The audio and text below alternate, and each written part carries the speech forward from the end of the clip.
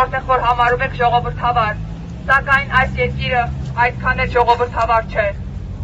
Այստեղ մարդու ամենահիմնական իրավունքներն են խախտվում։ Մենք եկել ենք այստեղ, որ բարձրաձայնենք մեր ձայնը այդ խախտված իրավունքների մասին։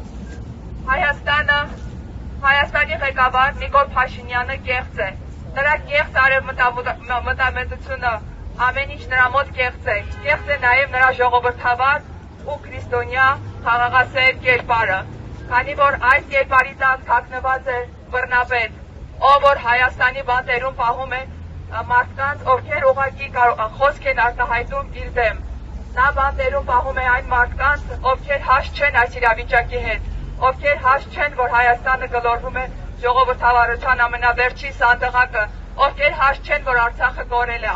ովքեր հաշտ չեն, որ այստեղ արցախցիների իրավունքներն են խախտվում, ովքեր հաշտ չեն, որ քաղաքական ազատությունը կարծես թե արդեն վերանում է եւ ընտրական այս շրջանում բոլոր խախտումները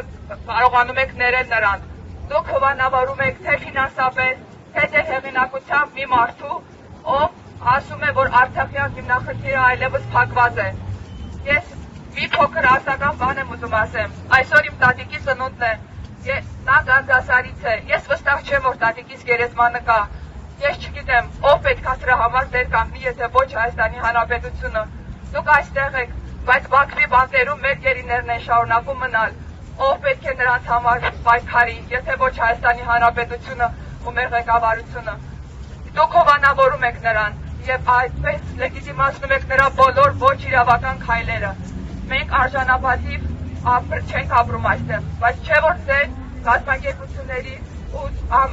հիմքում է դրված մարդու իրավունքը, մարդու արժանապատիվ ապրելու իրավունքը։ Այդ ամենը խախտում է Հայաստանում։ Վերջ տվեք